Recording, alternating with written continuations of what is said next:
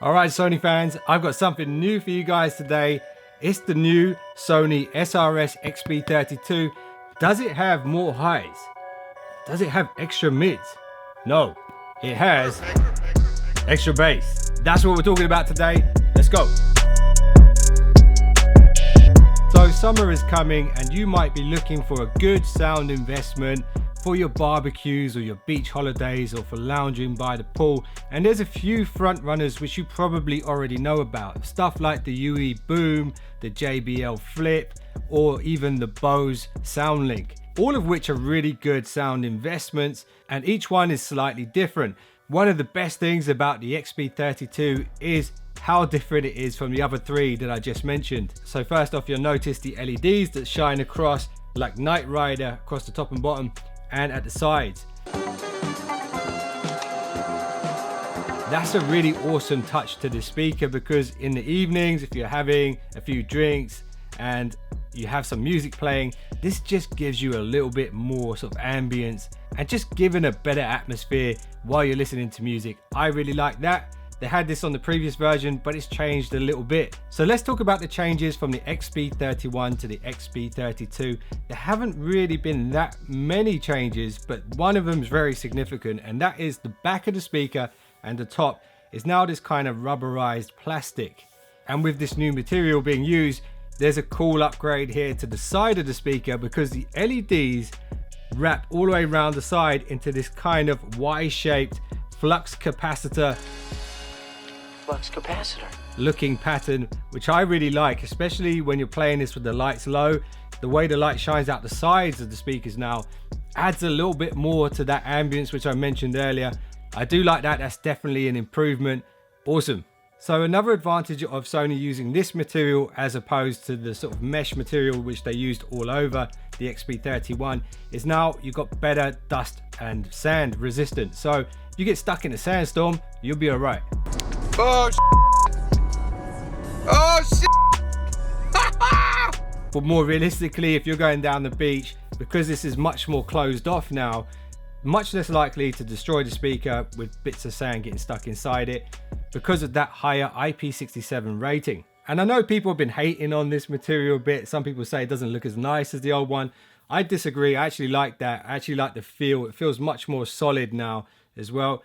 And maybe because of this harder material, maybe the acoustics from the actual speaker are a little bit more improved. With that said, a lot of the things are still the same from the previous speaker. So the same 48mm drivers in the same locations, same passive radiators front and back like the previous version. On the back of the device, same USB-B charging, and then you've got the three buttons there. One of them battery, one of them is going to change the pattern of the colors, and the other one is going to allow you to daisy chain up to 100 Sony speakers. And I heard that these can actually pair with the older variants of the speakers as well. So you can mix and match loads of Sony speakers if you want up to 100. That's pretty cool. Across the top of the speaker, you've got the live button, which actually changes the sound signature.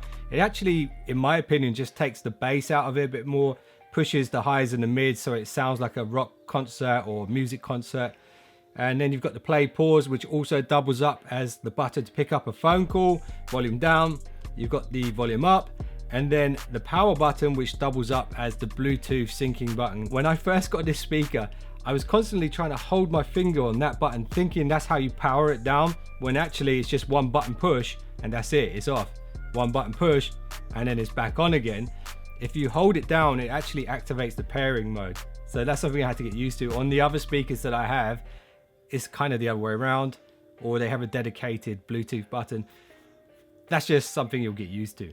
Another cool upgrade that they've now done is actually something I mentioned in my XB31 review a year ago, is now using the Fiestable app from Sony. You can customize the colors that the speaker shows, which is a nice addition. So you can actually choose if you just want it to be a certain color, specific color.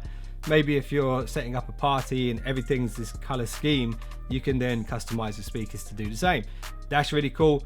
And that's a nice upgrade to the XB32. Another really cool feature that was actually on the XB31 and still on the XB32 is, imagine you go down the beach, you're using your phone to connect to this via Bluetooth all day, and then halfway through the day, you run out of power. It's all good because you can be like,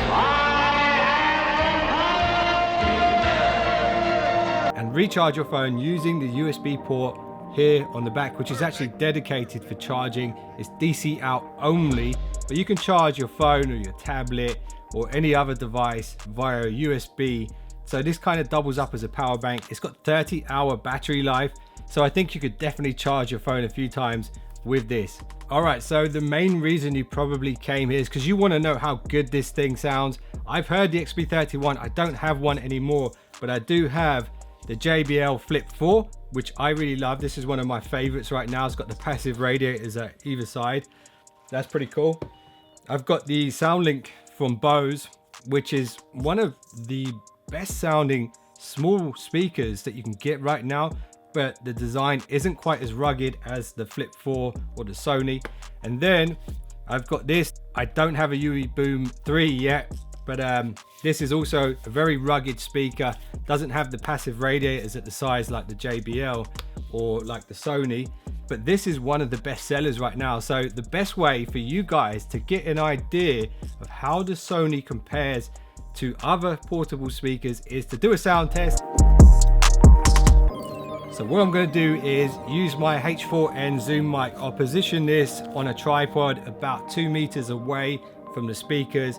I'll use the exact same spot. I'll max out all of the speakers to the highest volumes and record the same song with this. So you should hopefully get a good idea of how it sounds. And then I'll tell you what I think of the Sony in comparison to the other ones. So let's go.